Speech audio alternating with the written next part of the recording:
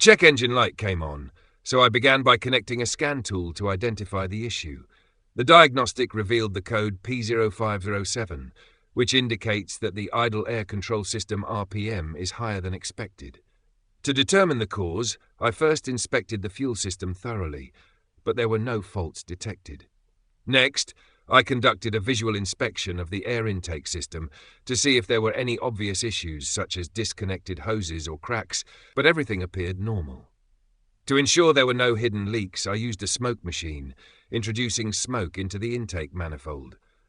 This method is effective for pinpointing any air leaks that might not be visible to the eye.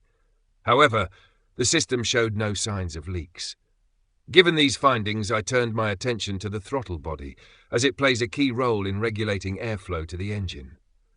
Upon inspection, I found that the throttle body was coated with carbon deposits. These deposits can interfere with the proper functioning of the throttle, leading to irregular RPM levels and triggering the check engine light. To resolve the issue, I cleaned the throttle body thoroughly. Cleaning removes the buildup of carbon and restores the throttle's ability to control airflow accurately. After cleaning, I cleared the fault codes from the system and performed a road test. The vehicle operated as it should, with no irregularities in idle speed or performance. The check engine light did not illuminate again, and no fault codes returned.